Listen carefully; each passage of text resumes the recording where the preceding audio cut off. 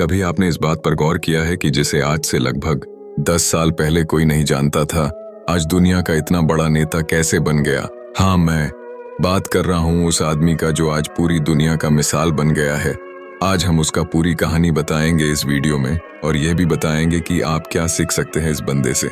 अगर आप चैनल पर नए हैं तो चैनल को लाइक एंड सब्सक्राइब करें और शेयर करना मत भूलना। शुरुआत एक छोटे कस्बे से। कभी सोचा है कि एक चाय बेचने वाला लड़का जिसकी जेब में कुछ भी नहीं था, जिसके पास ना रुतबा था, ना बड़ी पहचान, ना परिवार की दौलत, वो कैसे देश का सबसे ताकतवर नेता बन गया? क्या यह सिर्फ किस्मत थी या इसके पीछे कोई ऐसा रहस्य था जो आम इंसान की आंखों से छुपा रहा? नरेंद्र दामोदर दास मोदी नाम आज दुनिया की सबसे बड़ी हस्तियों में गिना जाता है, लेकिन सच यह है कि उनकी कहानी हमें सिखाती है कि इंसान की असली ताकत उसकी परिस्थितियां नहीं होती, बल्कि उसकी आग, उसकी प्यास और उसका अनुशासन होता है। ऐसे ही लाइफ चेंजिंग वीडियो और रहस्यमय वीडियो के लिए चैनल को सब्सक्राइब करें। जिंदगी में सही रास्ता दिखाऊंगा। गांव की मिट्टी से निकली चिंगारी। गुजरात का एक छोटा सा कस्बा वडनगर, यहीं एक साधारण परिवार में जन्मे थे मोदी। बचपन से ही घर की हालत बहुत तंग थी, इतनी तंग कि स्कूल जाने के बाद उन्हें अपने पिता की चाय की दुकान पर हाथ भटाना पड़ता। कभी रेलवे स्टेशन पर चाय बेचते, कभी गली मोहल्ले में। जरा सोचो, वही बच्चा जिसे लोग चाय वाला कहकर बुलाते थे, आज वही भारत की संसद में बैठकर पूरी दुनिया को दिशा दे रहा है। इसमें एक बड़ा राज छुपा है। परिस्थितियां तुम्हें रोक सकती हैं, लेकिन जला नहीं सकती। अगर तुम्हारे भीतर आग सचमुच की हो, बचपन की भूख, सिर्फ पेट की नहीं, पहचान की भी। छोटे मोदी के भीतर बचपन से ही एक अजीब बेचैनी थी। वो सिर्फ पेट भरने के लिए नहीं भाग रहे थे, उनके भीतर एक और भूख थी, कुछ बड़ा करने की भूख। वो बचपन से ही अलग थे, साधारण बच्चों की तरह खेल में नहीं खोते। उनकी आंखों में चमक थी, सवाल थे। मैं क्यों पैदा हुआ हूं? क्या सिर्फ चाय बेचने के लिए? यही सवाल उन्हें साधारण बच्चों से अलग बना रहा था। उनकी आत्मा उन्हें बार बार धक्का देती, तुम बड़े बने बिना चैन से नहीं बैठ सकते। संघ की राह, अनुशासन का संस्कार। किशोर उम्र में ही मोदी का झुकाव राष्ट्रीय स्वयंसेवक संघ RSS की ओर हुआ। यहीं से उनकी असली यात्रा शुरू हुई। संघ ने उन्हें वो दिया जो शायद घर या स्कूल कभी नहीं दे सकता था, अनुशासन, त्याग और संगठन की ताकत। सुबह 5 बजे उठना, झाड़ू लगाना, शाखा में शामिल होना, लोगों की सेवा करना, यह सब धीरे धीरे उनकी नसों में घुल गया। संघ ने उन्हें सिखाया, नेता वो नहीं होता जो आगे खड़ा हो, नेता वो होता है जो सबको साथ लेकर चले। यहीं से मोदी का व्यक्तित्व गढ़ा गया। उनके भीतर जो आग थी उसे दिशा मिल गई।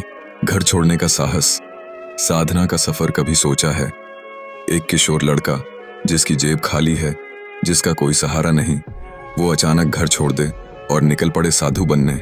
मोदी ने यही किया। उन्होंने घर छोड़ा और हिमालय की ओर निकल पड़े। कई सालों तक उन्होंने साधुओं संग जीवन बिताया, ध्यान किया, कठिनाइयों को झेला। वहां उन्होंने सीखा, सत्ता से बड़ा है आत्मनियंत्रण। हिमालय की तपस्या ने उन्हें भीतर से लोहे जैसा बना दिया। आज भी लोग कहते हैं कि मोदी की आंखों में जो दृढ़ता दिखती है, उसकी जड़ें उन्हीं पहाड़ी दिनों में हैं। गांव लौटकर सेवा का प्रण। कुछ सालों बाद मोदी वडनगर लौटे, लेकिन अब वो वही चाय बेचने वाला लड़का नहीं रहे।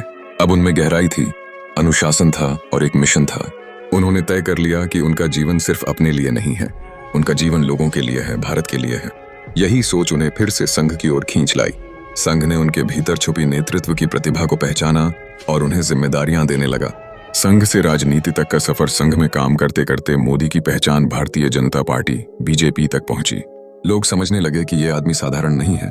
जहां भी इन्हें जिम्मेदारी दी जाती, ये वहां चमत्कार कर दिखाते। कभी संगठन खड़ा करते, कभी चुनाव जीताते। धीरे धीरे उनकी छवि एक ऐसे रणनीतिकार की बनने लगी जिसे हर परिस्थिति में हल निकालना आता है। और फिर आया वो मोड़ जब उन्हें गुजरात की सत्ता सौंपी गई। गुजरात का परिवर्तन 2008 में मोदी गुजरात के मुख्यमंत्री बने। शुरुआत आसान नहीं थी। राजनीति के बड़े बड़े खिलाड़ी उन्हें चुनौती दे रहे थे, लेकिन मोदी अलग थे। उन्होंने कहा, मैं काम से बोलूंगा। उन्होंने गुजरात को विकास की राह पर डाल दिया। सड़कें, बिजली, उद्योग, शिक्षा, हर क्षेत्र में गुजरात ने छलांग लगाई। उनकी छवि एक विकास पुरुष की बनने लगी। लेकिन चुनौतियां यहीं खत्म नहीं हुई। 2002 के दंगे, पूरा देश हिल गया। मोदी पर सवाल उठे, आलोचनाएं हुई, लेकिन उन्होंने हार नहीं मानी। वो और मजबूत होकर निकले। यही है असली राज। आंधी जितनी तेज होती है, उतना ही पर्वत मजबूत खड़ा होता है। प्रधानमंत्री बनने तक का सफर। 2013 में BJP ने मोदी को प्रधानमंत्री उम्मीदवार घोषित किया। पूरा देश मोदी की लहर में डूब गया। लोगों को लगा यह आदमी साधारण नेता नहीं है, इसमें कुछ है जो बाकी से अलग है। 2014 में नरेंद्र मोदी भारत के प्रधानमंत्री बने और यह वही क्षण था जब वडनगर का चाय बेचने वाला लड़का लाल किले की प्राचीर पर खड़ा होकर देश को संबोधित कर रहा था। असली रहस्य तो क्या सिर्फ राजनीति ने मोदी को इतना बड़ा आदमी बनाया? नहीं, उनका असली रहस्य यह था कि उन्होंने गरीबी को बहाना नहीं बनाया, उन्होंने हालात को अपनी किस्मत नहीं माना, उन्होंने अनुशासन, तपस्या और सेवा को अपनी नींव बनाया।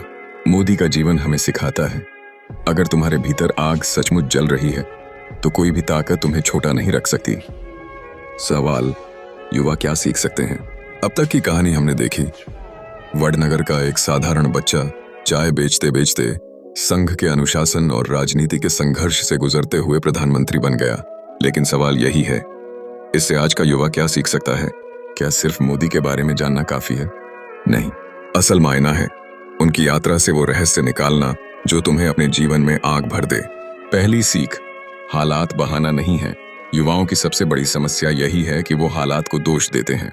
मेरे पास पैसा नहीं है, मेरे पास पहचान नहीं है, मेरे पास सपोर्ट नहीं है। लेकिन मोदी की कहानी कहती है, अगर हालात खराब हैं तो उन्हें सीढ़ी बना लो।